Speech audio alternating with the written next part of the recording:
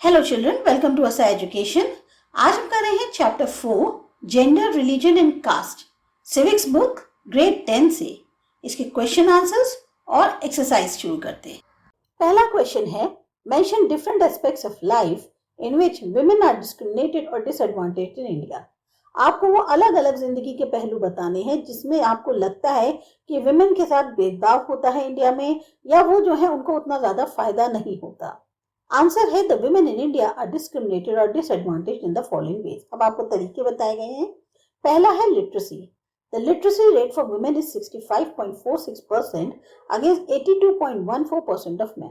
Women जो है यहाँ पर 65.46% पढ़ी लिखी है, जबकि मेन का रेट जो है वो 82.14 है। This shows that since independence, the gap between the ratio of men and women with respect to literacy still cannot be filled. तो ये मतलब है कहने का कि आज़ादी के बाद भी जो गैप था एक लिटरेसी के रिस्पेक्ट में, अगर कहा जाए मेन और विमेन के बीच का जो रेशियो है वो आज भी पूरा नहीं भर पाया है। फिर है higher education. When you compare the percentage of boys and girls opting for higher studies after school, it is lower for girls as they tend to drop out after school. जब भी आप परसेंटेज कंपेयर करेंगे boys और girls का जो कि higher studies के लिए जाना चाहते हैं स्कूल के बाद, तो उसमें गर्ल्स की संख्या कम होती है क्योंकि वो जनरली स्कूल से ड्रॉप कर लेती हैं।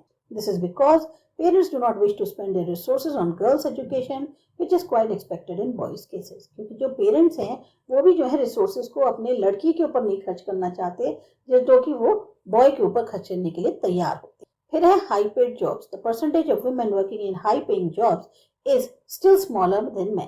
अगर लेडीज जो कि हाई पेड जॉब्स पे काम कर रही हैं मेन के मुकाबले, वो जो है उनकी संख्या, उनकी परसेंटेज बहुत कम है।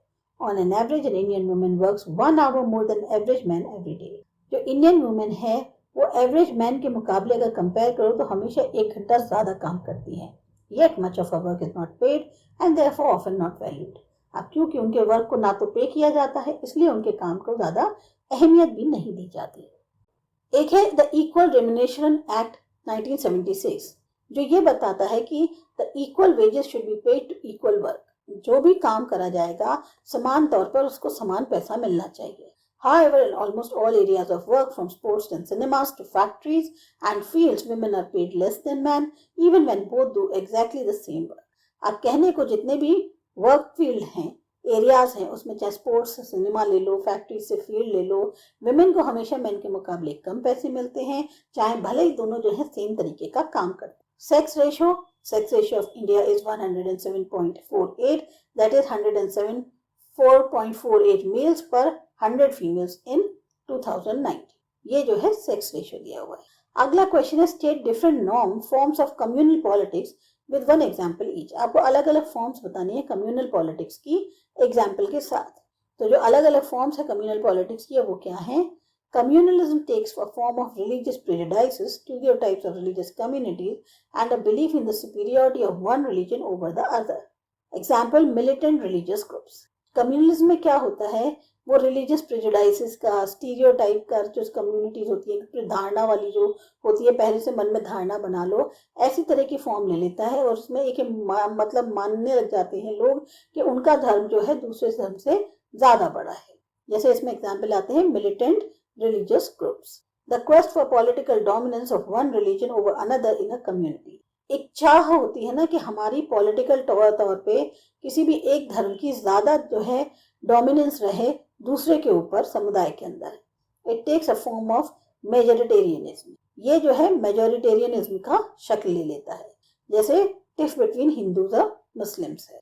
फिर थर्ड है political mobilisation on religious lines is another frequent form of communalism. अब जैसे पॉलिटिकल सपोर्ट जुटाना रिलीजियस लाइंस के आधार पर, यह भी एक तरीके का कम्युनलिज्म है। जैसे इलेक्शंस के दौरान hate speech come to the surface revealing the communism. अगर इलेक्शंस में देखें तो आप क्या होगा, बहुत सारी ऐसी स्पीचेस होती हैं जिसमें एक दूसरे के खिलाफ नफरत जो है वो पूरी तरह से सुनाई देती है, वो भी एक तरह का कम्युनलिज्म ही है। फिर है कम्युनल वायलेंस, जो है वो भी एक अनदर फॉर्म है कम्युनलिज्म की पॉलिटिक्स के अंदर। एग्जाम्पल जैसे इंडिया और पाकिस्तान के बीच, the tiff between the two countries has a long history and the violence that followed is well known. अब देखा जाए तो दोनों कंट्रीज के बीच में जो एक लड़ाई है वो काफी लंबा इतिहास है उसका, और जो हिंसा है वो सभी जानते हैं कि दोनों के बीच में कैसी होती है। फिर अगला क्वेश्चन है state how caste inequalities are still continuing in India. अब कास्ट इनइक्वालिटीज कैसे इंडिया में आज भी चल रही है उसके बारे में बताना है। आंसर है according to the national sample survey office the following evidence reflects the present caste inequalities in India. जो नेशनल सैंपल सर्वे ऑफिस है उसके द्वारा जो एक तरह से प्रूफ रखे गए हैं उससे पता चलता है कि आज भी कास्ट इनइक्वालिटीज इंडिया में एग्जिस्ट करती हैं। जैसे the average economic status measured by the criteria like monthly consumption expenditure of caste group still follows the old hierarchy. The upper caste are the best off, the Dalit and the Adivasis are the worst off, and the backward classes are in between. जो average तौर पे आर्थिक status है जिसको हम कैसे आंकते हैं, monthly consumption उनका कितना है, मंथली एक्सपेंडिचर उनका उसके ऊपर कितना है। तो जो कास्ट ग्रुप्स हैं उनका जो इकोनॉमिक स्टेटस है एवरेज तौर पे वो अभी भी पुराने ढर्रे पे ही चल रहा है, यानी वही ऑर्डर चल रहा है कि अपर कास्ट जो है वो बेस्ट है, दलित और आदिवासी सबसे खराब हैं और जो बैकवर्ड क्लासेस हैं वो बीच में। Although every caste has some poor members, the proportion living in extreme poverty is much higher for the lower caste and much lower for the upper caste, with the backward classes once again in between. अगर हर cast में गरीब members होते हैं तो जो लोग उनका proportion extreme poverty का आता है यानी बिलो पॉवर्टी लाइन आते हैं वो लोअर कास्ट में उनका प्रोपोर्शन बहुत ज्यादा है और बहुत कम प्रोपोर्शन है अपर कास्ट में जिसमें बैकवर्ड क्लासेस अगेन बीच में आती है। Although every caste has some members who are rich, the upper caste are heavily overrepresented among the rich, while the lower caste are severely underrepresented. अब हर cast के जो हैं कुछ मेंबर्स होते हैं जो बहुत रिच होते हैं, तो अपर कास्ट जो है उसमें बहुत ज्यादा आपको रिच दिखाई देंगे, जबकि जो लोअर कास्ट है उसमें बहुत ही ज्यादा कम जो है आपको इस तरह के मेंबर्स दिखेंगे। State any two reasons to say that caste alone cannot determine election results in India. अब आपको दो रीजंस ऐसे बताने हैं जिसमें आप ये बता सके कि कास्ट के ही बेसिस पे इलेक्शन के रिजल्ट्स जो है वो नहीं हो सकते। The two reasons that say that caste alone cannot determine election results in India, अब वो क्या है? In India, no parliamentary constituency has a clear majority of one single caste. India के अंदर कोई भी पार्लियामेंट्री कॉन्स्टिट्यूएंसी ऐसी नहीं है जहाँ एक सिंगल कास्ट की पूरी तरह से मेजॉरिटी हो। So every candidate and party needs to win the confidence of more than one caste and community to win election. जो है कोई भी कैंडिडेट खड़ा हो, कोई भी पार्टी खड़ी हो, अगर उसको कॉन्फिडेंस जीतना है मतलब अगर इलेक्शन जीतने हैं तो सबसे पहले उसे एक कास्ट या कम्युनिटी के कॉन्फिडेंस को जीतना होगा तभी वो इलेक्शन जीत पाएगी। No party wins the votes of all the voters of caste और कम्युनिटी। कोई भी पार्टी जो है किसी भी कास्ट या कम्युनिटी के सारे वोटर्स के वोट नहीं जीत पाती।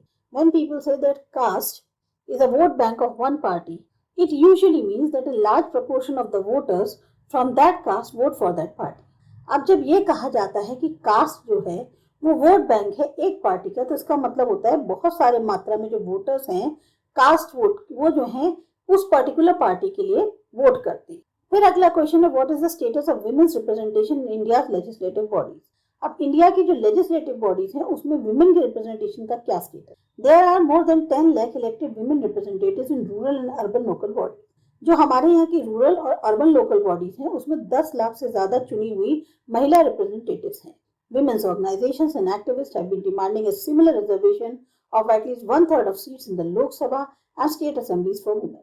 अब जो विमेन ऑर्गेनाइजेशंस हैं, एक्टिविस्ट हैं, वो ये डिमांड कर रही हैं कि इसी तरीके का रिजर्वेशन एटलीस्ट 1/3 सीट्स जो हैं उन्हें लोकसभा में भी और स्टेट असेंबलीज में भी मिले। A bill with this proposal has been pending before the parliament for more than decade. अब ये जो बिल है इस प्रपोजल के साथ ये पार्लियामेंट में एक दशक से ज्यादा से पड़ा हुआ है, but there is no consensus over this issue among all the political parties. लेकिन इस इशू को लेकर कोई भी पॉलिटिकल पार्टी इतनी जागरूक नहीं है कि वो इस बिल को पास कर सके। The bill has not been passed और ना बिल ये पास हुआ है। Mention any 2 constitutional provisions that make India a secular state. अब आपको ऐसे 2 कॉन्स्टिट्यूशनल प्रावधान बताने होंगे जिसमें इंडिया जो है एक सेकुलर स्टेट के तौर पर दिखे। The fundamental right to freedom of religion clearly states that one has the right to practice, profess and propagate any religion. जो हमारे यहाँ एक मूल अधिकार दिया गया है फ्रीडम ऑफ रिलीजन का, वो ये बताता है कि किसी के पास भी ये अधिकार है कि वो प्रैक्टिस भी कर सके, उसका प्रचार भी कर सके, उसका प्रसार भी कर सके किसी भी धर्म का जो वो मानता है। Prohibition of discrimination on the basis of religion is one of the tenets in the Constitution under the fundamental right to equality. और दूसरा डिस्क्रिमिनेशन रिलीजन के आधार पर ये हमारे यहाँ पूरी तरह से इसको प्रोहिबिट कर दिया गया है, जो कि हमारी कॉन्स्टिट्यूशन में बताया गया है फंडामेंटल राइट टू इक्वालिटी के अंतर्गत। अब है 7th question, when we speak of gender divisions we usually refer to, तो इसका करेक्ट आंसर है unequal roles assigned by society to men and women. In India, seats are reserved for women in Panchayati Raj bodies. 9th question है, consider the following statements on the meaning of communal politics. Communal politics is based on the belief that, अब यहाँ पर communal politics किस base पर believe करती है या किस पर आधारित है, तो उसके जो करेक्ट आंसर है वो है A and C, यानी फर्स्ट और थर्ड। क्या है? One religion is superior to that of others. एक धर्म दूसरे धर्म से ऊपर है। और सी है followers of a particular religion constitute one community, जो एक पर्टिकुलर धर्म को मानने वाले लोग हैं वो एक समुदाय बनाते हैं। तो इसका correct answer A and C है। Which among the following statements about Indian constitution is wrong? Correct answer क्या है? It gives official status to one religion. नहीं, हमारे यहाँ कहीं भी किसी भी रिलीजन को ऑफिशियल स्टेटस नहीं दिया गया है। 11th क्वेश्चन है, social divisions based on dash are peculiar to India, तो इसका आंसर है social divisions based on caste are peculiar to India. Match list 1 with list 2 and select the correct answer using the codes given below. अब आपको ये बताना है कि list 1 का और लिस्ट 2 का करेक्ट मैच कौन सा है।